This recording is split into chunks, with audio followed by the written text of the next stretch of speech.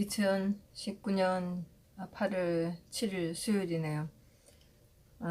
요즘에 일어나고 있는 일들을 보면 사실 저희가 올바른 정신으로 살아간다는 게 쉽지가 않은 것 같아요. 일어나는 일들이 정상적인 저희들의 사고로는 도저히 생각할 수 없는 일들이니까요. 네. 오늘 아침 11시에 저는 당연히 대법원장들 재판에 갔었는데요. 오늘 11시에 이제 일부의 애국자들이 MBC 앞에 가서 MBC 한 프로그램 단죄하는 그런 시위를 가진 것을 봤어요. 거기에 최근에 이영훈 교수의 반일 종족주의라는 책 가지고 이 교수님이 일요일날 집에서 나오실 따라 붙었던 기자들을 단죄하러 갔다고 이렇게 하는데 잠깐 유튜브를 보긴 했었어요. 정말 세상이 미쳐간다고 생각을 해요. 예. 지난번 6월달 6월 27일날 그 백년 전쟁 항소심 선고가 있었어요. 이 재판이 작년에 7월 28일 이렇게 두 번 재판이 열렸었는데 배심원 재판으로 열렸었어요. 근데 아마 이때쯤에 제가 다른 재판에 갔다가 그때 재판이 하나 없어지던가 해갖고 시간이 엉뚱하게 비었던가 아마 딴 재판을 못 들어갔던가 아마 그랬을 거예요. 그래서 하여튼 이게 있다고 그래서 뭔지도 모르고 쫓아갔었어요. 배심원 제대로 해서 갔더니 배심원이라고 앉아있는 것들이 전부 다 젊은 것들이었었어요. 뻔하잖아요, 내용은. 그러는데 백년전쟁이라는 그 영화로 이승만 대통령을 모욕한 그런 영화를 좌파들이 만든 거였었어요. 민족문제연구소 여기에 만들었는데 남자 시나리오 작가였나 그러고 여자 감독이 나왔는데 딱 봐도 좌파처럼 생겼어요. 예. 좌파들이 어떻게 생기는지는 상상을 해보세요. 딱 그냥 보면 아주 지지분한 게 딱 좌파였어요. 그랬는데 첫날 재판을 하고 두 번째 날은 이제 알았으니까 일찍 가서 이제 재판을 들어갔었는데 그게 이제 우파 쪽에 이제 우파 쪽 검사 측이죠. 이승만 대통령의 양아들인 이인수 씨가 고소를 한 재판이었었어요. 그래서 이제 검사들 측에서 우파 쪽에 있는 증인들을 신청했는데 그 중에 한 분이 연세대에 있는 교수님이었는데 이분이 증언하는 거는 전라도 분이니까 전라도 사투리를 쓰면서 했는데 굉장히 잘했어요. 하여튼 아시는 것도 많고 잘 했는데 여기 이제 판사가 이 판사도 좀 제가 지난번 김관진 장관 인간빈 장관 김태호 씨 사이버 댓글 관련으로 재판하는 그 판사라고 말씀드렸을 거예요. 아마 제가 처음에 이 판사를 봤을 때 인상이 굉장히 나빴기 때문에 제가 계속 김관진 장관 등 사이버 댓글 관련으로 재판 보면서도 그렇게 감정이 좋지 않았었을 거예요. 근데 이 판사가 중간에 증인이 답변하면 거기를 굉장히 많이 막았어요. 그러니까 이제 나중에 이 교수님이 중간에서도 이제 그랬죠. 판사님 변호사 같습니다. 그래가면서 전라도 사투리 써가면서 이렇게 하기도 그랬는데 하여튼 이분이 증언을 잘해서 제가 지금까지도 연락은 하고 있어요. 하여튼 이제 그렇게 지나서 작년 말에 보니까 이제 이거를 또 항소를 해서 재판이 열리고 있었는데 다른 재판하고 겹치고 이렇게 갖고 들어가 보질 못했었어요. 그동안에. 그랬는데 이제 6월 27일 날 선고니까 선고 날에만이라도 저 가야 된다고 해서 갔는데 앉자마자 대체로 선고 날은 한 사건만 하는 게 아니고 계속 10분 단위로 선고 내리고 계속 이렇게 넘어가요. 그러는데 이제 이 사람들 차례가 됐는데 판사가 불러더니 너무나 쉽게 하고 그냥 넘어가는 거예요. 그러면서 역사적 사실이고 기록도 뭐라고 해놨는데 하여튼 말하는 것도 없이 맨법 맨 액트라고 했는데 1910년도 미국에서 여자들 강간에 대한 그런 법이었는데 거기에 대한 과정을 영상에 담은 거고 허위라고 보기에는 어렵다? 뭐 이렇게 하면서 1심 8심 1심 판결 그대로 하면서 항소 기각한다. 그 검사의 항소를 기각한다. 이러면서 그냥 무죄로 때려버렸어요.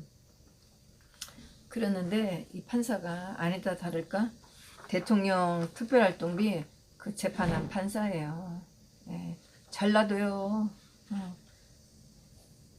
대통령 재판에서 대통령을 부를 때 피고인 박근혜 씨 하면서 불렀던 그 전라도 판사요. 사투리를 또 얼마나 썼는지. 그래서 그 이용원 교수님이 그 이승만 학당을 운영하면서 또 강의를 많이 하시고 하니까 그 이승만 대통령에 대한 판결을 한 이 재판이 생각이 났고, 그때 제가 너무나 판결이 너무나 한심하고 그냥 뭐 앉자마자 이렇게 때려 버렸기 때문에 제가 화도 나기도 해서 언급은 하진 않았었어요. 그러니까 이 두 좌파들이 앉자마자 딱 그러고 나오니까 의기양양하게 나왔지만 저는 정말 뭐 시분 같은 그런 기분이었었죠.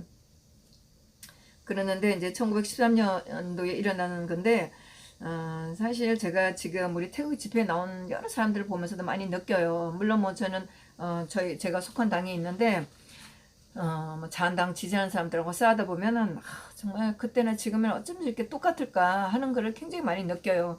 제가 여러 가지를 많이 봐서도 이제 이렇게 비유를 될 수 있는데 이때 이제 이승만 대통령 사자의 명예를 훼손한 건이라고 해서 봤는데 거기 재판에서 보면 하와이에서 거기 이제 당시에 뭐 1900년도 초에 한국 사람들이 하와이로 많이 이주를 했었죠. 그리고 그랬는데 여기서도 그나마 이제 이게 또 나라 이렇게 넘어가고 하니까 그는 교포들이 돈을 모아서 독립운동 하라고 이렇게 대주기도 하고 그랬는데 어쨌든 이제 여러 사람들이 뭐 지금도 마찬가지겠죠. 뭐 태극기 집회를 한다고 여기저기 하는 것처럼 거기서도 아마 그랬던 것 같아요. 그래서 이제 고국에다가 뭐 독립운동하러 돈을 모아주고 이렇게 한 것 같은데 단연 뭐 거기서 이제 이승만 대통령이 거기서 단연 돋보기도 하고 이제 그랬죠. 근데 이제 이승만 대통령이 샌프란시스코에서 뉴욕에서나 뉴욕에서 샌프란시스코까지 이렇게 서부 횡단하는 그런 여행이 있었는데 거기에 로디 김이라는 여자하고 같이 동행을 하고 이 여자랑 그런 이제 이 좌파들이 얘기하는 그런 일이 있었다는 거예요. 당시에도 한국 사람들이 여러 사람들을 고소를 하고 또 고소를 취하고 그런 게 있었어요. 지금하고 거의 비슷해요. 뭐 지금은 좌파들하고도 하지만 우파들끼리도 저희가 많이 좀 싸우는 것처럼 그런 일이 굉장히 많았었던 것 같아요. 예. 그랬는데 이승만 대통령에 대한 모함도 엄청 많았었고 그래서 이승만 대통령이 그 여자랑 로디 김이라는 여자랑 이렇게 했다 놀아놨다 이런 거를 고소가 됐는데 이게 디스미스 된 거예요. 그러니까 이 케이스가 이게 디스미스 하면은 이게 각하가 된 거니까 재판이 안 열린 거고 없는 것처럼 돼버린 건데 그래서 이제 없어진 건데 이 좌파들은 이걸 가지고 영화를 만든 거예요. 만들어서 이승만 대통령이 이렇게 여자랑 놀아놨다.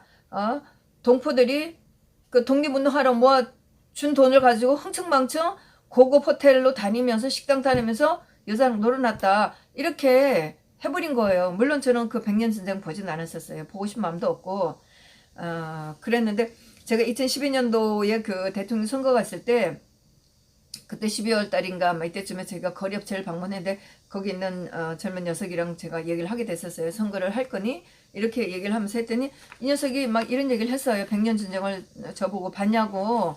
근데 뭐 그때 이제 이런 얘기 많이 나왔었죠. 근데 보나마나 뻔한 얘기였잖아요. 이승만 대통령, 박정희 대통령에 대한 어떻게 묘사할 건지. 그래서 제가 안 봤는데 그래서 이제 그때는 알고 있었어요. 근데 이제 그런 영화가 지금 이제 인수 어르신이 이걸 고소를 해서 하게 된 재판이 있는데 그래서 이 좌파들이 그거를 사실처럼 해서 이승만 대통령 모욕시킨 거예요. 그리고 이 여자가 거기 김지영이라는 최진아라는 이름 남자 이름이 김지영이고 여자가 최진아인데 이름도 하여튼 헷갈려요. 남자 이름도. 그런데 이 여자가 하는 얘기가 자기는 결코 이승만 대통령을 존경할 수 없다고 이러는 거예요. 제가 그 얘기를 들으면서 아니 존경 안 하는 것도 좋아. 그렇지만 사실 왜곡은 하지 말아야지. 그래서 제가 하여튼 이렇게 해서 결론은 이제 무죄라가 났고 영화를 엉터리로 개판으로 만들어도 무죄라는 걸로 판결은 났었어요. 그런데 항소심에서도 이렇게 났었고 거기에 판사가 대통령 특활비에서 거짓 엉터리로 때렸던 구혜건이라는 판사예요. 구혜건, 그다음 강문경, 이준영이라는 배심 판사. 네. 박 대통령의 재판에 대해서는 그날도 마찬가지고 제가 나오면서 그 재판이 끝나고 나서 이제 물론 7월 25일 날 박 대통령 재판이 끝나고 나서 이제 물론 이제 또 대통령 이름이 제일 먼저 있었지만 대통령 재판을 제일 먼저 하지 않고 다른 세 사람 재판을 또 먼저 했어요. 간단하게. 그러고 나서 이제 박 대통령 재판했는데 박 대통령 재판 이제 텀을 좀 한 30분 정도 두고 일정해 보니까 30분 정도 두고 이렇게 하는 걸로 돼 있었어요.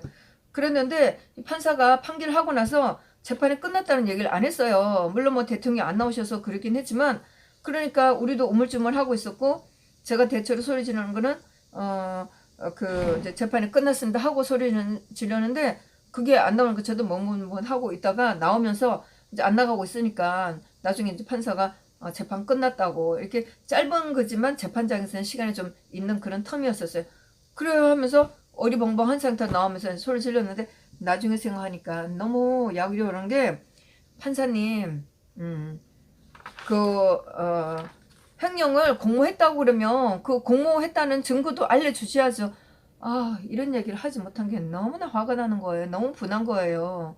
그러니까 이 판사도 어리버리했어요. 자기도 대통령을 죄를 횡령을 공모했다고 때리긴 때렸는데 내용도 하나도 없는 거였잖아요. 제가 그래서 나중에 아는 사람하고 몇 번 물어봤어요. 그랬더니 그 판사도 어렵다고 그러더라고요. 아무 죄도 없는 거 가지고 진짜 개판으로 재판을 하고 나니까 자기도 놀랐겠죠. 자기도 당황스럽겠죠. 근데 뭐 방청객들이 뭐 물론 뭐 거기 전문가들도 있고 했지만 말 안 했지만 말을 할 소리 지는 건 저밖에 없었죠. 물론 제가 소리 치니까 다른 분들 소리 치긴 했지만 제가 정말 법을 좀 알고 좀 똑똑했으면 바로 대받아 쳐갖고 판사님 횡령한 공모했다는 증거가 뭐예요? 이거 불러주세요. 이렇게 했어야 되는데 그걸 못하고 왔다는 게 너무나 화가 나요. 너무나 분한데 판사도 저도 설마 방청객들이나 누구한테 그런 말이 나오지 않을까 겁을 먹었겠죠. 그러니까 지금 재판 끝나고 당당하게 얘기도 못하고 어리버리 띵띵하고 있다가 우리가 안 나가고 있으니까 재판 끝나고 있다고 재판 끝났다고 그러니까 우리가 나오면서 막 소리 지르니까 법정에 있는 인간들이 우리를 막 나가라 소리쳤죠. 하여튼 법정 인간들은 박 대통령이 재판되면 쌩 난리예요. 다른 재판은 그렇게 안 해도 하여튼 박 대통령 관련된 재판만 하면 쌩 난리예요. 변희재 재판도 마찬가지고 다른 재판은 소리쳐도 이렇게 난리하지 않아요. 물론 뭐 소리칠 것도 별로 없어요. 다른 재판에서는. 하여튼 이 두 재판에서 구혜근이라는 판사가 재판한 거고 이승만 대통령하고 관련된 그런 제가 이렇게 좀 말씀을 드렸어요. 네. 그 대법원장에 대한 거는 짧지만 제가 따로 말씀드리도록 하겠습니다. 네, 감사합니다.